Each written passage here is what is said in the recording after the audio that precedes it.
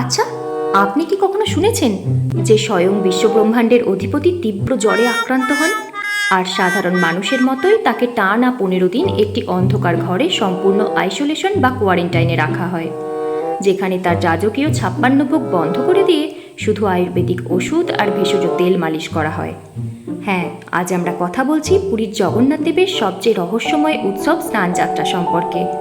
অনেকেই মনে করেন স্নানযাত্রা বুঝি কেবল দেবতাদের একটি স্নানের উৎসব, কিন্তু শাস্ত্রীয় সত্য হলো জ্যৈষ্ঠ মাসের এই পূর্ণিমা তিথিটি হলো স্বয়ং জগন্নাথ দেবের জন্মদিন বা মর্তে আবির্ভাব দিবস। সত্যযুগে রাজা ইন্দ্রদুম্ন যখন প্রথমবার কাঠের মূর্তি প্রতিষ্ঠা করেছিলেন, তখন এই দিনটিতেই প্রথম মহা অভিষেক বা স্নান করানো হয়েছিল। কিন্তু এই স্নানের জল কোথা থেকে আসে? মন্দিরের উত্তর সীমানায় একটি বিশেষ কুয়ো আছে, যাকে বলা হয় সোনা কুয়া বা সোনার কুয়ো। এই কুয়োটি সারা বছর শিলগালা করে বন্ধ থাকে। কেবল বছরের এই একটি দিনই এটি খোলা হয় এবং ঠিক 108টি মাটির কলসিতে জল তোলা হয়। জল তোলার পর তাতে চন্দন, কর্পূর, জাফরান এবং বিশেষ ভেষজ মেশানো হয়। এরপর জগন্নাথের জন্য 35টি, বলরামের জন্য 33টি, সুভদ্রার জন্য 22টি এবং সুদর্শন চক্রের জন্য 18টি কলসির জল দিয়ে স্নান করানো হয়। স্নান শেষ হতেই কুয়োটি আবার আগামী 1 বছরের জন্য লক করে দেওয়া হয়। স্নানবেদিতে যখন দেবতাদের আনা হয়, তখন সরাসরি জল ঢালার আগে তাঁদের শরীর সিল্কের তৈরি বিশেষ পবিত্র কাপড়ে সম্পূর্ণ ঢেকে দেওয়া হয়। যেহেতু মূর্তিগুলি নিমকাঠ ও প্রাকৃতিক রঙে তৈরি, তাই তীব্র জলের ঝাপটা থেকে কাঠকে রক্ষা করতে এই বৈজ্ঞানিক ব্যবস্থা। কিন্তু আসল চমক ঘটে বিকেলের দিকে, যখন ভগবান ধারণ করেন হাতি বেশ বা গজানন বেশ। ইতিহাস বলছে বহু বছর আগে এক পরম গণেশ ভক্ত পুরীতে জগন্নাথ দর্শন করতে এসে দুঃখ পান, কারণ জগন্নাথ দেবের কোনো হাতির মতো সুর ছিল না।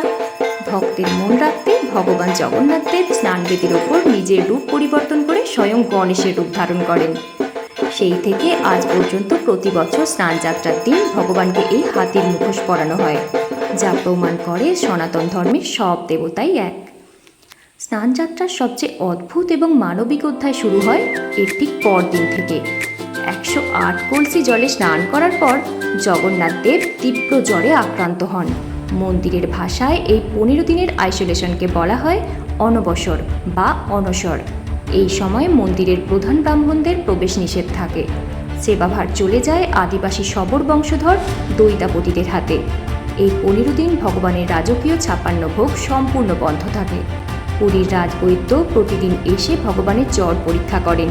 রোগ মুক্তির জন্য ভগবানকে দেওয়া হয় আয়ুর্বেদিক পাঁচন এবং 10 মূল মোদক নামের ভেষজ বড়ি। আর মূর্তির কাঠের আর্দ্রতা ঠিক রাখতে সারা দেহে মালিশ করা হয় এক বিশেষ তেল, যার নাম ফুলুরি তেল।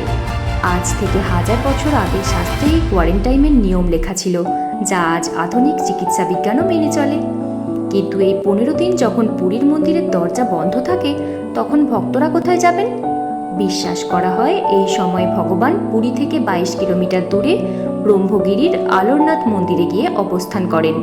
শ্রী চৈতন্য মহাপ্রভু যখন জগন্নাথকে না দেখে বিরহে এই আলোরনাথ মন্দিরে এসে ষষ্ঠাঙ্গে প্রণাম করেছিলেন, তখন তার শরীরের আধ্যাত্মিক তাপে ও চোখের জলে ওখানকার একটি কঠিন কালো পাথর বা শিলা মোমের মতো গলে গিয়েছিল, যা আজও সেখানে অক্ষত অবস্থায় দেখতে পাওয়া যায়। আর পুরীর মন্দিরের ভেতরে ভক্তদের জন্য রেখে দেওয়া হয় ওড়িশার বিখ্যাত পটচিত্র শিল্পীদের আঁকা 3টি অলৌকিক ছবি, যাকে বলা হয় অনবসর বডি।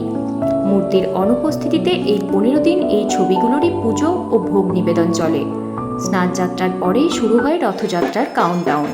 কিন্তু আপনি কি জানেন, প্রাচীনকালে রথযাত্রায় 3টি নয়, বরং 6টি রথ ব্যবহার করা হতো। পুরীর প্রাচীন ইতিহাস ঘাঁটলে দেখা যায় বহু বছর আগে জগন্নাথ মন্দির এবং গুন্ডিচা মন্দিরের মাঝখান দিয়ে মালিনী নামে একটি ছোট নদী প্রবাহিত হতো। স্নানযাত্রা শেষে রথযাত্রার দিন 3টি রথে করে দেবতাদের নদীর তীর পর্যন্ত আনা হতো। তারপর নৌকায় করে নদী পার করে ওপারের বাকি 3টি রথে বসিয়ে গুন্ডিচা মন্দিরে নিয়ে যাওয়া হতো। পরবর্তীতে ওড়িশার রাজারা সেই নদীটি মাটি দিয়ে ভরাট করে দেন এবং তখন থেকেই 3টি রথের প্রথা পাকাপাকিভাবে চালু হয়। বিশ্বব্রহ্মাণ্ডের অধিপতি হয়েও ভক্তের টানে সাধারণ মানুষের মতো জ্বর হওয়া, ওষুধ খাওয়া আর বিরহের এই লীলা জগন্নাথ দেবকে অনন্য করে তুলেছে। আপনি কি কখনো স্নানযাত্রার এই অলৌকিক রূপ দর্শন করেছেন? কমেন্টে অবশ্যই জানান। ভিডিওটি ভালো লাগলে লাইক ও শেয়ার করুন এবং এমন সব রোমাঞ্চকর সত্য ঐতিহাসিক তথ্য জানতে আমাদের চ্যানেলটিকে এখনই সাবস্ক্রাইব করে রাখুন। দেখা হচ্ছে পরের ভিডিওতে।